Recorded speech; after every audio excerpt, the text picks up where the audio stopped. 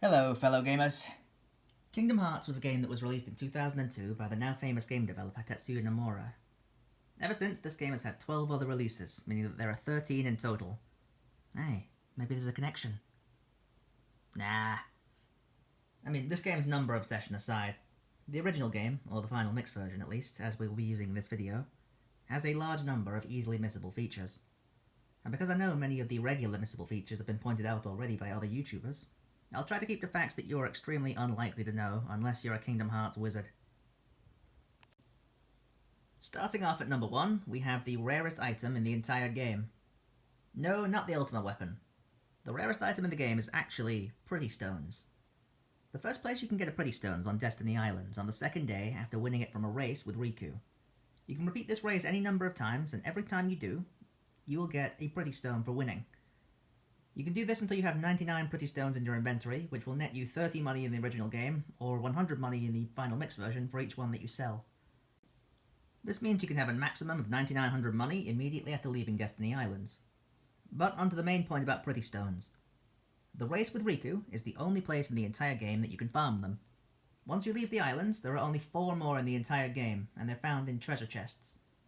One's in a treasure chest in the alleyway of Traverse Town, one's in the Red Room of Traverse Town, and the last 2 are found in the gateway to the dark at the end of the world. That's it. After those 4, there are absolutely no more in the entire game, making the Pretty Stone the rarest item. Number 2. Sora's Shadow. Now, we all know about the fight with Shadow Sora in Neverland, and how Sora's shadow is missing until you defeat him. However, did you know that this is not the only place in the game where Sora's shadow disappears? Yep, there's an earlier point in the game where this also happens. Almost immediately after booting up the game, you'll be sent to a location called Dive to the Heart, and after clearing the level, you'll meet the first boss of the game, Darkside. Sora's shadow will grow as he grows closer to the light, and the dark side will appear from it. But for those of you who have a keen eye, did you notice that Sora's shadow is missing throughout the entire fight? It's present at all points in the Dive to the Heart before you meet Darkside, but it's not present whatsoever during that fight. And once again, once you get to Destiny Islands, the shadow returns to Sora. Number 3. Shadows within shadows. Speaking of shadows, have you noticed that certain Heartless don't have any? The Heartless are described by the residents of Traverse Town as shadows, and are described by some sources as living shadows. Well, we do know that Tetsuya Nomura was planning ahead when he created the Pure Blood and Emblem Heartless in Kingdom Hearts 2. You may notice that the Emblem Heartless, like the soldiers and large bodies from the original game, do in fact release hearts when you defeat them, while Pure Blood Heartless, like Shadows and Invisibles, do not. But did you notice that Pure Blood Heartless don't have any shadows, while Emblem Heartless do? Every Emblem Heartless, including bosses, do have a shadow, including the secret Heartless like Kurt Zisa. Stealth Sneak and Sneak Army Heartless even have shadows while they're invisible. And it serves as part of the gimmick for that invisible part of the fight. Now, here's a small section of Emblem Heartless that you can see throughout the game.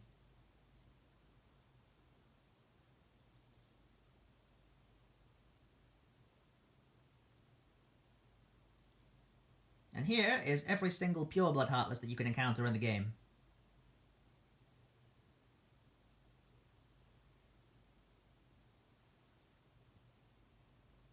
As you can see, Pure Blood Heartless do not have shadows. There's also a small section in the game where you get to spend a bit of time with Sora's Heartless form, and for as long as you control him, he has no shadow. Number 4. Rare Truffles. Rare Truffles are one of the most annoying enemies in the game. The only way to beat them is to use their gimmick. They count every hit that you make on them while they're in the air, but if they touch the ground, they'll disappear. You have to land 100 hits without them touching the ground for them to give you the rewards. Well, you can cheese this by pinning them up against the corner, and then you can simply use a fully upgraded AGA spell, in which case each hit from Aero will count as 1 extra hit. This can be a very quick way of farming elixirs, mega elixirs, and rare mushroom drops, including Mystery Goo, Shiitake rank, and the Matsutake rank items. Number 5. Black Fungus. Black Fungus are also a very annoying enemy type. They have very low health, but really high defense.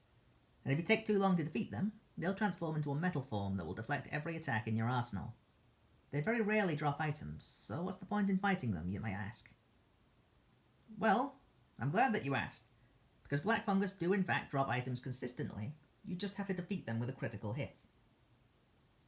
There is a Keyblade in the game called the Wishing Star, which you can loot from a chest in Geppetto's house in Traverse Town, and this makes it so that every finishing move you make is a critical hit.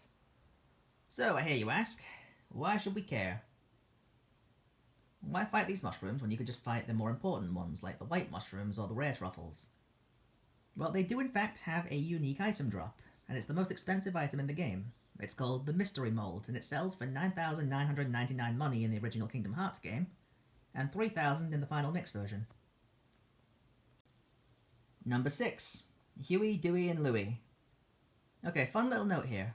In Traverse Town, in the item shop, you can meet all 3 of Donald's nephews, and they will take turns selling Sora items. If you walk out of the shop and reset the area, you have a good chance of them switching shifts. You can do this for all 3 of them. Number 7. Disney references in Traverse Town. In Traverse Town's first district, outside the item shop, there is a chalk drawing on the wall behind a fire hydrant showing a ship chasing after a giant fish-looking creature. This may be a reference to Geppetto's ship encountering Monstro. Or it may be a reference to Sora, Donald, and Goofy encountering Monstro themselves in the Gummi ship. In the second district, there is a hat shop that's run by the Mad Hatter, and it has a little Mad Hatter animatronic on the front, suggesting that the Mad Hatter himself has somehow made his way to Traverse Town, or that he was in Traverse Town at some point in the past. Just a bit of secret lore there. In the Gizmo shop, the corner pillars are patterned with a diamond, heart, club, and spade. There is a 1 club, 1 diamond, 2 spades, and 2 hearts in the room. This may be a reference to Alice in Wonderland, or it could just be a neat design choice. In the red room, just above the headboard on the bed, is Mushu's tapestry from the Mulan movie. In the small house in the 3rd district, there is a pumpkin on a box on the shelf next to the door, which may be referencing Halloween Town, and on the table there's a cereal box with 2 hidden Mickeys on it. And of course, the one everyone already knows about, in the main body of the 3rd district, there's a Lady and the Tramp reference. Number 8. Sora, the Master Synthesist. After synthesizing every item in the game, you can visit this Moogle, and he'll declare Sora a Master Synthesist. It's a meaningless title, but the prompt will appear on the screen telling you that Sora did become a Master Synthesist. Shortly afterwards, the Moogle, though, tells you that he was kidding. Number 9. Aladdin's house. If you look out of the window at Aladdin's house, it'll show you one of the keyhole-shaped doors is closed, even though it's actually open in gameplay. Also, there's a door in the distance that appears to be accessible, but may have been removed by the game developers. Number 10. EXP0 is the most broken ability in the game. EXP0 is an ability that's granted to you on Proud Mode only, and because of a quirk in the way damage is calculated in Kingdom Hearts 1, EXP0 can allow for magic to do insane levels of damage. The way the damage is calculated is Sora's attack minus the enemy's defense, minus any resistances the enemies may have to your specific type of damage. Then the game will store the value in a box. Then when you attack for the second time, let's assume a 3-hit combo, it'll recalculate, and then replace the value in the box. Now on the finishing combo, it'll just multiply the last damage by 2. So let's say Sora has 100 attack, the enemy has 30 defense. Sora will do 70 damage on the first hit, 70 damage on the second hit, and then 140 damage on the third hit. Now the game is supposed to delete that value of 140 from the box, but because it doesn't, the number 140 will stay in that box until Sora declares another Keyblade swing. That will then overwrite the number. Now in this game, magic does its own damage, but because the game expects you to use EXP0 at level 1, it'll scale the damage using the same storage box as the strength damage stat. So the number in this box will be how much damage you do with your next magic attack as well. So if the number is scaled to the finisher of a combo, well, couldn't be that broken, right guys?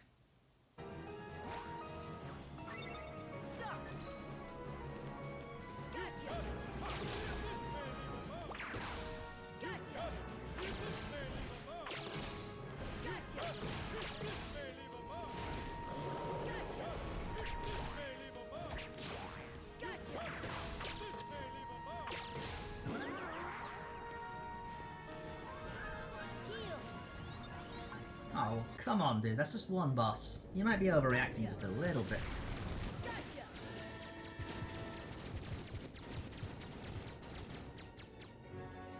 See ya. See ya. Gotcha. Okay, 2 bosses. Gotcha. So what? It's not like it works on... Gotcha. Gotcha.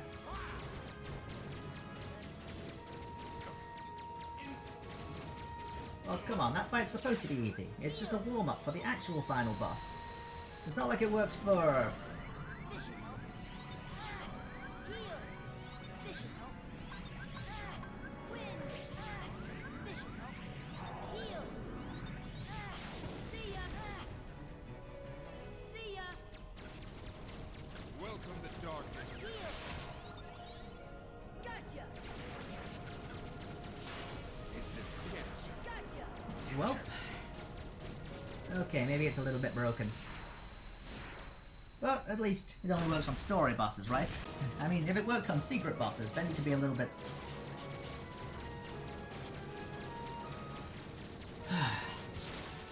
Anyway. Number 11. There's a hidden Mickey on the conch shell just outside of Triton's palace. Number 12. Destroying barrels in Atlantica will give you a pretty decent chance of finding an ether. Number 13.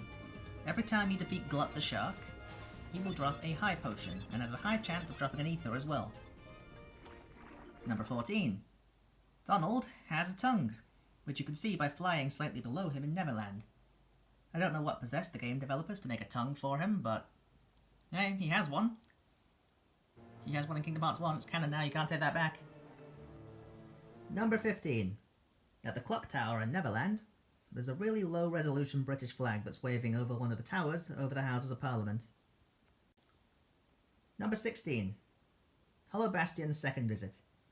When trying to get to Hollow Bastion for the second visit, you'll have to manually fly the Gummi ship all the way from Traverse Town, and then all the way to Hollow Bastion through a portal. However, did you know that you can quit out at the beginning of the last section just as you get to these panels? And you won't have to complete the entire run. You can just warp the rest of the way. Number 17. You can skip large sections of Hollow Bastion by using Dumbo to fly to locations that you shouldn't be able to access at this point in the game. Doing this will allow you to skip the block puzzle guarding the way from Malificent's boss area, allowing you to start the fight with her immediately. Number 18. You can return to the Dark Depths where you fought the first behemoth, although there are no enemies here. But if you want some trippy rainbow colours, you can come here, I guess. I'll just leave this one here for those who like to defeat those, Mushroom Heartless. Wink wink. Number 19. Rabbit's Garden. In the 100-Acre Woods, you can enter Rabbit's Garden at the top left of the book, and every time you re-enter, you can pick all of Rabbit's vegetables. Why would you do this, you might ask? Well, because they have a pretty decent chance of netting you an elixir every time you do it.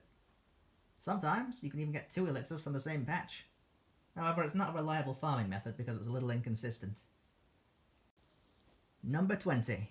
Minigame high scores in 100-Acre Wood.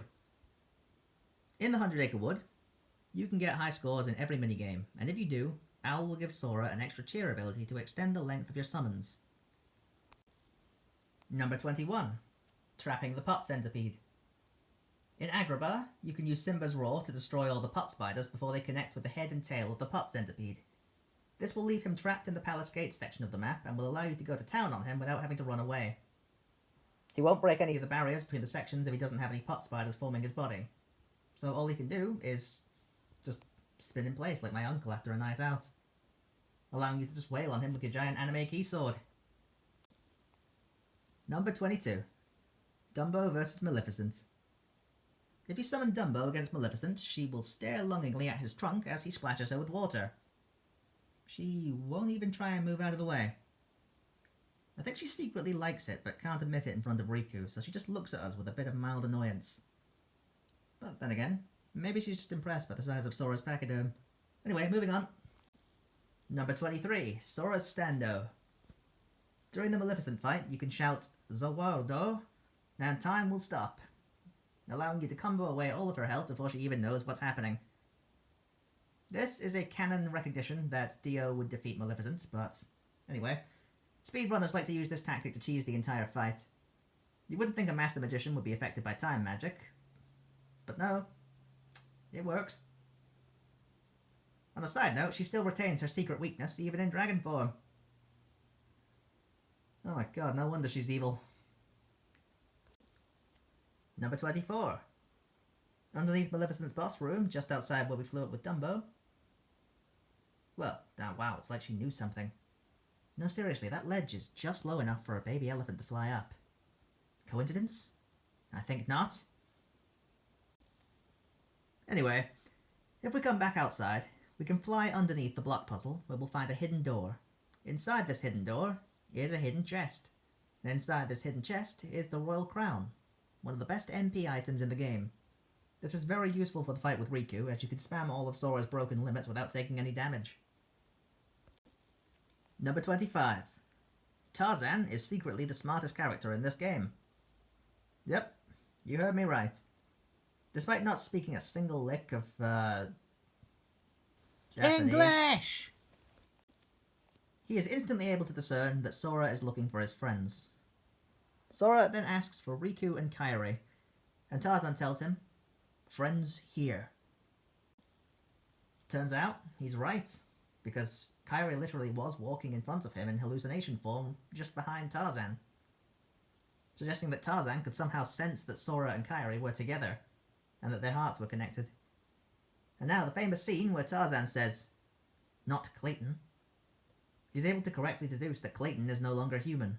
This is later confirmed by Maleficent, who points out that he did in fact lose his heart before the final battle, and was not killed by the stealth sneak. Which brings us to our number 26 entry. Clayton was able to retain his human form as a Heartless. There are only two people besides him who have done this. Ansem the Seeker of Darkness, and Scar from Pride Lands in Kingdom Hearts 2. Continuing on from the last point about Tarzan realizing that Clayton was in fact not Clayton, and Maleficent confirming that he fell to darkness, further proof can be found throughout the rest of the game. Only Maleficent could control the Heartless. Jafar never showed any aptitude with them. Hades was beaten up by them at the end of his campaign in the Hades Cup, so he didn't have any control over them, and he's the god of death. Captain Hook showed visible disdain for the Heartless, and Oogie Boogie required an artificial heart from Dr. Finkelstein to control two Heartless at a time. 2. But Clayton was able to work comfortably alongside the stealth sneak. This suggests that either his heart was taken before the battle, which is more likely, or that his heart was taken when the stealth sneak landed on him, which also wouldn't make sense, as he used the Heartless to round up the gorillas. Clayton was a Heartless. Confirmed. Number 27. Alternate cutscenes. There's a set of alternate cutscenes that you can get by playing the game in different orders. In Olympus Coliseum, you can get Hercules to change his dialogue if you complete the Hercules Cup before completing the Phil or Pegasus Cup. In Deep Jungle, Alice is supposed to appear in the cutscene where the villains demonstrate their plans to kidnap the Princesses of Heart. However, if you complete Deep Jungle first, then Snow White will be there instead. If you defeat Riku at Hollow Bastion before going to Monstro, then Riku will be absent from Monstro. If you start some of the Riku cutscenes where he kidnaps Pinocchio in Monstro, but then back out before you fight the Parasite Cage Heartless, then you leave, defeat Riku in Hollow Bastion, and then come back and complete Monstro, you'll find out that it was never even Riku in the first place. Take it away, Tarzan. Not Riku. Not Riku. Number 28. Pink Agaricus. The Pink Agaricus, which can be found in either Atlantica or Deep Jungle, will only allow itself to be damaged if you cast Stop on it. Then it will add 1 point for every time Sora hits it, and take away 1 point for every time Donald, Goofy, Tarzan, or Ariel hits it. There's no known way to get 100 hits on it while you have a summon out, and there is no way to turn off Donald or Goofy's AI to stop them from attacking it. So what can we do? Well, re-enter the room until you get a white mushroom spawning here. Go and cast Stop on the remaining 2 mushrooms, and then come back here. come over here under this branch and summon Bambi. Then, stop the mushroom. Fully charge up your MP, and then make your way over to the pink Agaricus. Make sure the camera is pointing towards the place where Donald and Goofy disappeared so that they can respawn in the spot where you summoned Bambi. Now, as long as you don't look away, they won't be able to teleport to you. Cast Aero on yourself, use Bambi to max out your MP, dismiss Bambi, then lock onto its head, not its body, and start spamming Ariel moves for an easy prime cap.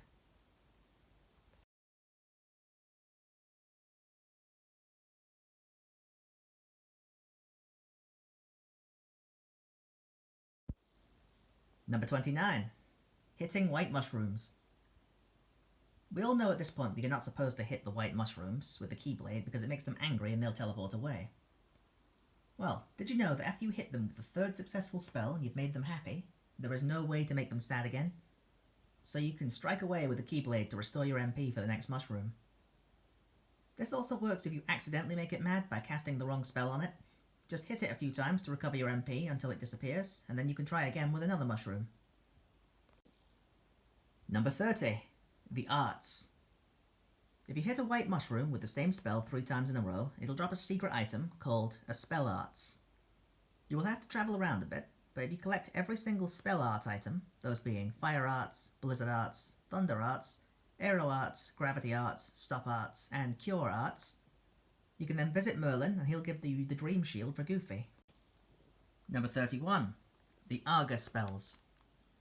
After mastering the 3rd tier of every spell in the game, which can only be done by defeating Hades in the Olympus Coliseum, collecting all 99 puppies, defeating the Phantom Heartless, defeating Ursula, entering the Yellow Trinity Room in Neverland, and talking to Aerith 3 times in Hollow Bastion, you can then visit Merlin and he'll give you the Dream Rod for Donald. Number 32. World Terminus for Neverland. At the World Terminus in Neverland, there is a secret room in the cabin area where the save point would normally be located in the overworld. It consists of one room full of Heartless and no collectible items. But I think it's easily missable fact that most people didn't know. Number 33. The hallway before the final rest. After you beat Chernobog, you'll enter a hallway just before the final rest that will have many of the same designs as in Birth by Sleep, including Dwarf Woodland, Maleficent's Castle, and the Castle of Dreams, which is Cinderella's world. However, I know that this specific room has been covered a lot by other YouTubers, so I'd rather direct your attention towards these hidden Mickeys that are all over the wall in blue.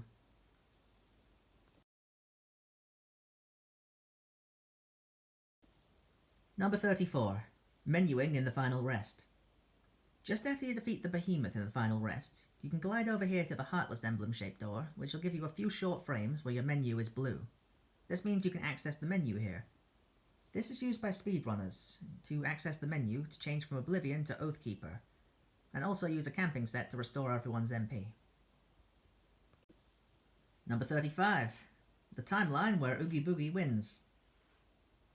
While you do have to fight all the story-relevant bosses to get to Neverland, you can run away from certain encounters. In Order of Worlds, you can run away from the Opposite Armor in Traverse Town, Clayton in Deep Jungle, Captain Hook, but most prominently, you can completely nope the hell out of the Oogie Boogie boss fight after he transforms into his house. The interesting thing about this particular fight is that you can just back away from Halloween Town and choose to defeat Ursula in Atlantica instead, which will result in Neverland becoming an option. Basically, you have an ending where you can allow Halloween Town to fall to darkness with its gigantic, heartless, haunted house overlord, while you instead go looking for synthesis items in the digestive fluids of a giant whale. Number 36. The timeline where Ursula wins. Similar to the last timeline where Oogie Boogie is allowed to reign over his world as a giant sentient building, you can also allow Ursula to steal King Triton's trident, and then just never fight her for it. So yeah, she can just legit become the tyrannical ruler of the entire ocean, and we don't care because we're too busy splashing Maleficent with our gigantic elephant trunk. I mean, seriously, like, just cast a ward spell or something. Nope. Anyway, back to the point. If I was only allowed to choose one to beat, it'd probably have to be Ursula, because I kinda like the ocean, and besides, if a Keyblade-wielding 14-year-old doesn't take Oogie Boogie down, then the current housing crisis will. Number 37. All the worlds share the same ocean. At the beginning of the game, Sora, Riku, and Kairi were trying to build a big raft complete with a full supply of 2 coconuts and a single bottle of drinking water. In order to sail around the world.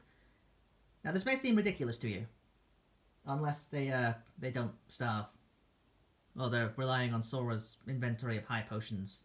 Can you eat those? Seriously, I'll look into it. Can you eat those?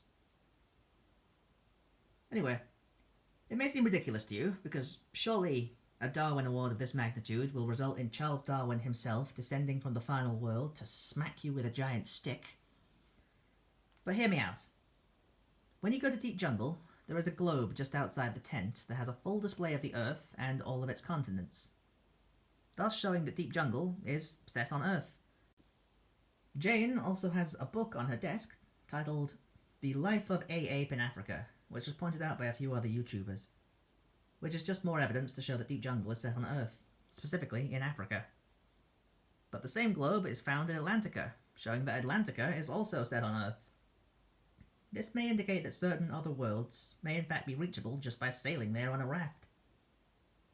In the beginning of Dream Drop Distance, we see Sora and Riku in the Dream World standing there on their would-be raft, and the boss that they fight in the prologue is in fact Ursula.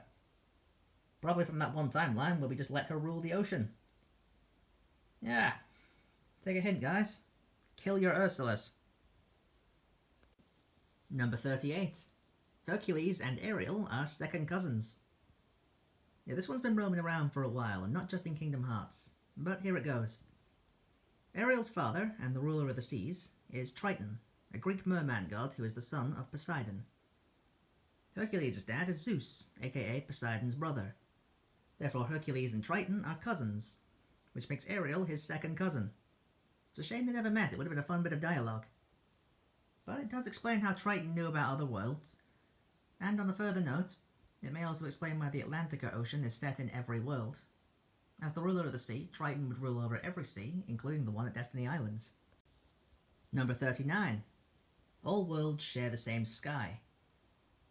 Finishing off the previous 2 entries on the list, it would also make sense considering that Santa Claus from Halloween Town is the same one that visits the residents of Destiny Islands. Yeah, all the worlds contain the same sky, and so they share the same Santa Claus. And so, theoretically, they share the same time scale as well. Number 40. Hades is Rattle. In Olympus Coliseum, if you go to the billboard for the Hades Cup, you'll see, to no surprise, that Hades is in the picture. But if you look at his left hand, he's holding the rattle that he tried to give to Hercules in the opening scene of the Hercules movie. Number 41. Cloud design. In Olympus Coliseum, if you face the statues to the right, through the window is a cloud-shaped decoration. It's not used for anything and never really comes up for anything. It's just a nice piece of art to look at. Number 42. Oedipus reference. If you come to the entryway to Olympus Coliseum and you look at the design on the roof above the door, you can see a man with a sword passing between 2 winged lion creatures. This is most likely a reference to the Sphinx from Greek legends. The Sphinx would guard the entryway to Thebes with its riddles, and would eat those who answered incorrectly. Of course, Thebes is the city that is featured in the Hercules movie. Oedipus Rex met with the Sphinx and answered its riddle, allowing him to pass through unharmed into the city of Thebes. The man in the carving, for this reason, is probably a reference to Oedipus Rex. Number 43. If you look at the world model for Wonderland, you can see what the outside of the bizarre room looks like, including the chimney that you fall down for the first time you enter the room. It's right there at the bottom. Number 44. Pot and barrel spiders. Are you ever, for some reason, afraid of pot or barrel spiders? Well, do I have the trick for you? All you have to do is pick up another pot or barrel and throw it from a safe distance. If the barrel that you throw it at is empty, they will both smash, releasing all the money and other items inside. But if there's a spider Heartless inside, only your pot will break. It's semi-useless, but it can be a good way of detecting pots or barrels that you may want to stay away from if you don't want to spawn Heartless. Too bad it doesn't work on the pot scorpion though. Number 45. In Agrabah, there are 2 hidden Mickeys. One made out of a bowl of dates, and the other made out of watermelons in the plaza. There are 2 more in the main street made out of plates. Number 46. In the alley in Agrabah, there's a scrape on the wall that kind of looks like an upside-down Ariel. The same design is also present in the bazaar. Number 47. Cave of Wonders. If you stand in the mouth of the Cave of Wonders without entering the loading zone for the next area, you can look down into its mouth to see a very long winding staircase, adding a bit of depth to the cave, which isn't very apparent when you basically teleport right to the bottom when you walk through the loading trigger. Number 48. Water is actually Blizzard. Well, little lesser known fact here is that there is actually no water element in Kingdom Hearts. Yep, Dumbo isn't splashing Malificent with the water damage there. He's actually dealing blizzard damage. The only place this doesn't seem to be the case is the Cave of Wonders. The water jets seem to do physical damage rather than blizzard. To prove this, you can come to the water jet shooters in the Cave of Wonders and take the exact same damage whether you equip gear that produces blizzard damage or not. On screen, I equip 3 Fire Aga rings, and the jets take Sora's health down from 87 to 83, after 2 hits. The exact same effect happens if I equip the Blizzarga rings instead. In fact, the damage inflicted always seems to be 2 points of health per hit, for a total of 4 damage. Number 49. There is a hidden Mickey made out of goblets on the green table in the captain's cabin of Neverland. Number 50. Deep Jungle has a wind compass on the roof, showing that the wind in this world is blowing to the north.